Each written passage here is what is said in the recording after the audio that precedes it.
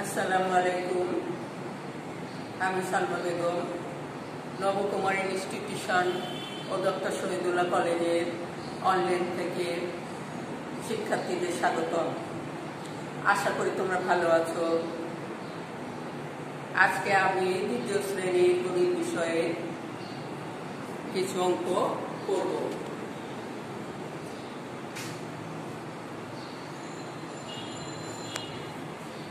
আমরা মনে দেখি আজকে তোমাদের জন্য বাংলাদেশি মুদ্রা ও নোট এই অধ্যায় হচ্ছে 7 পৃষ্ঠা 74-75 থেকে তোমাদের আজকে পড়াবো। প্রিয় শিক্ষার্থী, তোমরা এই বইটির দিকে একটু লক্ষ্য করো। তোমরা এই বইতে দেখতে পাচ্ছ কতগুলো পয়সা আর টাকা এখানে ছবি দেখা যাচ্ছে।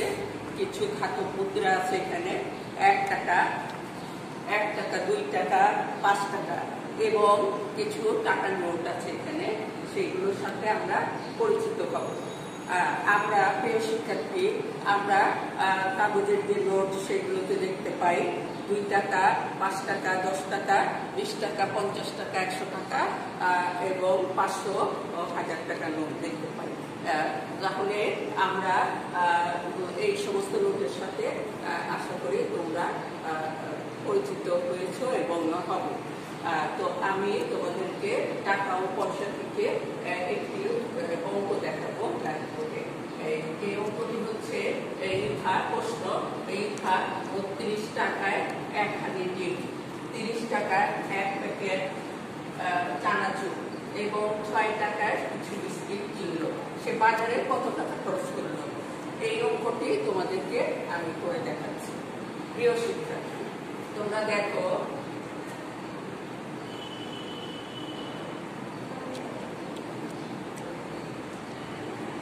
ইভা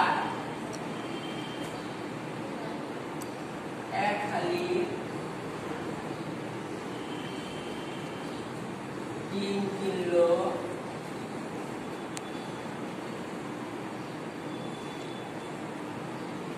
সমান সমান 30 টাকা।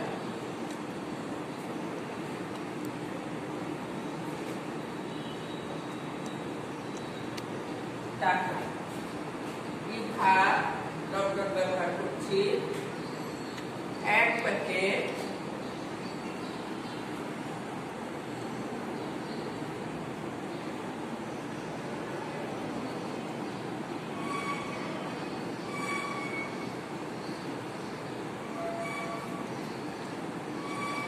চানাচুর কিনলো,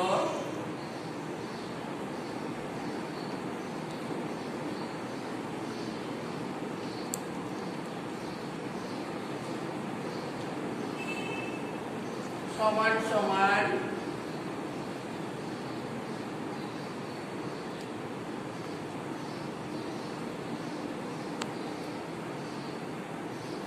30 টাকা। ইভা 1 হালি ডিম কিনেছিল 32 টাকা। ইভা 1 প্যাকেট চানাচুর কিনেছে 30 টাকা।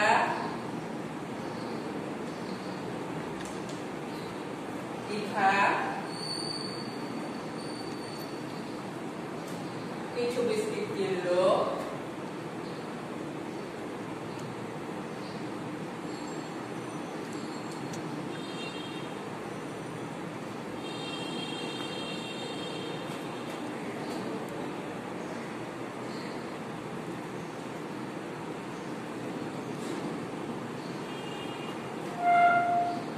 সমান সমান 6 টাকা। এখন 6 টাকা আমরা কিভাবে ব্যবহার করব? শুধু 6 টাকা ব্যবহার করার জন্য দশকের ঘরে একটু শূন্য নিলাম এবং একের ঘরে 6 নিয়েছি।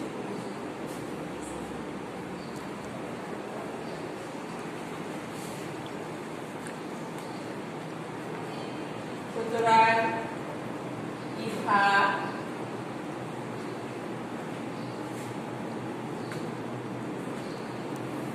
মোট কিনলো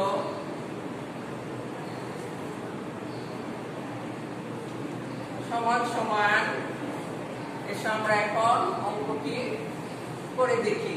তো তোমরা এখানে দেখতে পাচ্ছ যে এই অঙ্কটি কি অঙ্ক হবে, এটি একটি যোগ অঙ্ক। মোট কতটি ব্যবহার করেছি এই কারণে। তো এখানে আমি একটি গাণিতিক চিহ্ন যোগে ব্যবহার করলাম। এখন তোমাদেরকে যুক্তি করে দেখাচ্ছি। 2 আর 6 মিলে কত হবে? 8। 3 3 6 আর নিচেরটা শূন্য, সুতরাং 3 3 6। তাহলে কত হলো? 6 এর 8, 68 টাকা। তাহলে সে বাজারে কত খরচ করেছিল? উত্তর, সে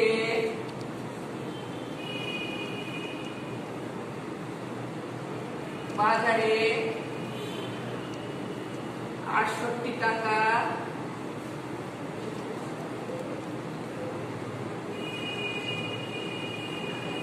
খরচ করেছিল।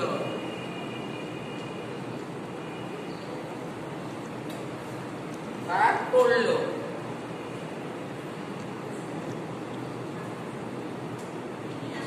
প্রিয় শিক্ষার্থী, আমি তোমাদেরকে এই অঙ্কটি দেখিয়েছি। এই অঙ্কটি তোমরা ঠিক এইভাবে করবে এবং উত্তর এইভাবে তোমরা লিখে দিবে। আশা করি বুঝতে পেরেছ টাকা গুলো কিভাবে বসাতে হয়। পয়সা যদি থাকতো তাহলে পয়সার ঘর একটা চলে আসতো। তবে এই অঙ্কটিতে সবগুলো টাকা আছে, সেই জন্য সবগুলো টাকা একসাথে করে তোমার যোগ করা হয়েছে। সুতরাং এই অঙ্কটা ঠিক এইভাবে করবে। প্রিয় শিক্ষার্থী, আমি তোমাদেরকে এখন অধ্যায় 8 পৃষ্ঠা 76 থেকে অধ্যায় 8 পৃষ্ঠা 76 থেকে 78 ভগ্নাংশ এই বিষয়টি তোমাদের এখন দেখাবো। ভগ্নাংশ জিনিসটা কি আসলে সেটা আমাদেরকে বুঝতে হবে। সমস্ত একটা জিনিস, আমি এটা ধরে নাও যে একটা তোমার বল আঁকলাম, কিংবা এটা ধরো যে এটা একটা প্লেট আঁকলাম। এই প্লেটটাকে আমি 2 ভাগে ভাগ করতে চাই। তাহলে কি হবে? এই পাশে একটা অংশ হয়েছে, এই পাশে একটা অংশ হয়েছে। সমস্ত ধরো এই জিনিসটাকে 2 ভাগে ভাগ করে দিয়েছি।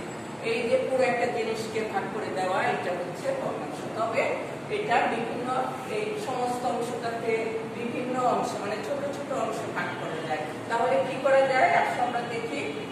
আমরা দেখতে পাই এখানে যে এই যে ধরে নাও এটা এই বস্তুটা, বা এটা ধরে নাও যে একটা খাদ্যদ্রব্য, একটা রুটি, সেটা ধরে নাও এইটাকে 2 ভাগে ভাগ করেছে। তাহলে অংশগুলো কি কি হয়েছে? এই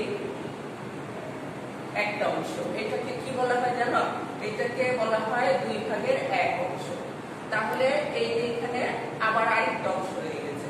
তাহলে কি হবে? এইখানে একটা যদি অংশ থেকে যায় তাহলে কি হবে? এটা আবার এই কি বলেছিলাম 2 ভাগের 1 অংশ। তাহলে এই 2 ভাগের 1 অংশ এবং এই 2 ভাগের 1 অংশ মিলে কি হবে? আবার পুরো একটা সমস্ত হয়ে যাবে, তাই না? একটা হয়ে যাবে, একটা। ঠিক আছে? এই একটা পুরো। এখন আমি যদি এটাকে এইরকম একটা তোমার ধরো না একটা রুটি, এই রুটিটাকে আমি যদি এখন এই 2 ভাগে না ভাগ করে বলি যে এটাকে আমি 4 ভাগে ভাগ করব, তাহলে কি হবে? দেখো আমি একটু এঁকে দেখাচ্ছি।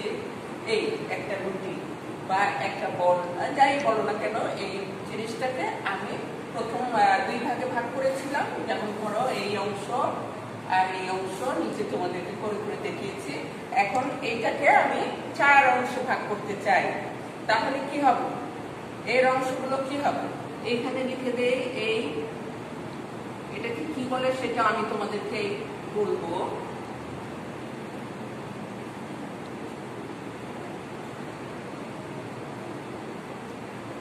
এক একটা অংশ, পুরো জিনিসটাকে আমি 4 ভাগে ভাগ করেছি। সুতরাং 4 ভাগের 1 অংশ, 4 ভাগের 1 অংশ, 4 ভাগের 1 অংশ, 4 ভাগের 1 অংশ, মানে সবগুলো মিলে একসাথে কি হয়ে যাবে? তোমার পুরোটা হয়ে যাবে। ঠিক আছে? তাহলে আমি এই ভগ্নাংশের অঙ্কগুলো তোমাদের দেখালাম। এখানে একটু দেখিয়ে দিই। এই 4 ভাগের 1 অংশ যোগ এই 4 ভাগের 1 অংশ, আবার ধরে নাও এই যোগ যোগ এই একটু নিচু হয়ে গেল ছবিটার জন্য, তারপরে দেখাচ্ছি তোমাদের। এই 4 ভাগের 1 অংশ সমান সমান কি হবে জানো? সমান সমান হবে এই সমান সমান 1, মানে এইরকম যেমন 2 ভাগের 1 অংশ 2 ভাগের 1 অংশ বলে একটা হয়েছিল, এখন এটা পুরোটা হয়ে আবার একটা চলে আসে 1টা। প্রিয় শিক্ষার্থী, আমি তোমাদের ভগ্নাংশ দেখাচ্ছি। তোমাদের যে অংশটুকু তোমাদের দেখিয়েছি যে 4 ভাগের 1 অংশ যোগ 4 ভাগের 1 অংশ 4 ভাগের 1 অংশ 4 ভাগের 1 অংশ সমান সমান 1টা। ঠিক এইভাবেই তোমাদের যদি 3 ভাগের হয়, সেই একটা রুটিকে তুমি যদি 3 ভাগে ভাগ করো তাহলে ঠিক ওই রকমই হবে। ঠিক ধরে নাও যে এই যে এই 3 ভাগের 1 অংশ, এই অংশ ঠিক এইরকম 3টা অংশকে একসাথে করলে তোমার কি হবে? পুরো রুটিটা আবার ফিরে পাওয়া যাবে। তাহলে আমি তোমাদেরকে এখানে একটু সঠিক শব্দ বেছে নেই, দেখাই। এই হচ্ছে 1 নাম্বার, 4 ভাগের 1 হলো 2 ভাগের 1-এর থেকে বড় সমান ছোট। এবার আমরা দেখি যে এই অংশটা কি বড় না এই অংশটা বড়। একটা সমস্ত রুটিকে 4 ভাগে ভাগ করলে ছোট হয়ে যাবে না? কিন্তু একটা সমস্ত রুটিকে যদি আমি 2 ভাগে ভাগ করি কি হবে? এইটা হবে। আর যদি 4 ভাগে ভাগ করি তাহলে এইটা হবে। তো অংশ ছোট হয়ে যাচ্ছে। তাহলে আমি এখানে কি লিখবো? এখানে সঠিক শব্দটি বেছে নিই। তাহলে এইটা হচ্ছে ছোট, এই আমি ঠিক চিহ্ন বসিয়েছি তোমাদের জন্য। আবার দ্বিতীয় নাম্বার মানে 2 নাম্বারটা দেখো, 4 ভাগের 1 অংশ এর 2 টুকরা হলো 2 ভাগের 1 এর থেকে বড় সমান ছোট। এখানে কি বলা হলো? 4 ভাগের 2 টুকরা, মানে এই ধরে নাও 4 ভাগের 2 টুকরা, 1 টুকরা 2 টুকরা। এই 2 টুকরা 2 ভাগের 1 এর থেকে বড় সমান ছোট। 2 ভাগের 1 হচ্ছে পুরোটা গোটাটার অর্ধেক, সুতরাং এখানে কি হবে? এটা সমান হবে। এবং 3 নাম্বারটা হচ্ছে 4 ভাগের 1 এর 3 টুকরা হলো 2 ভাগের 1 এর থেকে বড় সমান ছোট। তাহলে এখন কি দেখতে পাচ্ছি আমি? যে 4 ভাগের 3 টুকরা, তাই 4 ভাগের 3 টুকরা মানে হচ্ছে 1টা 2টা 3টা। এই 3টা 2 ভাগের 1 এর থেকে বড় ছোট সমান। কোনটা হবে? এখন আমি দেখতে পাচ্ছি যে এটা বড় হবে। প্রিয় শিক্ষার্থী, আমি তোমাদের সঠিক শব্দ বেছে নেওয়ার যে বিষয়গুলো তোমাদের দেখালাম সেটা তোমরা ভালো করে মনে রাখবে এবং বড় ছোট কোনটা কিভাবে হবে অংশগুলো সেগুলো তোমরা ভালো করে বুঝে নিবে এবং ঘরে তোমরা গোটা একটা রুটি কিংবা একটা আকৃতি এঁকে সেখানে তোমরা অংশগুলোকে কেমন ধরে নাও, পুরোটা 2 ভাগের 1 অংশ, 3 ভাগের 1 অংশ, 4 ভাগের 1 অংশ রং করে করে তোমরা এই ভগ্নাংশগুলো শিখবে। আশা করি তোমরা বুঝতে পেরেছো। তাহলে আজকের মতো তোমাদের সাথে আমি বিদায় নিচ্ছি। আল্লাহ হাফেজ।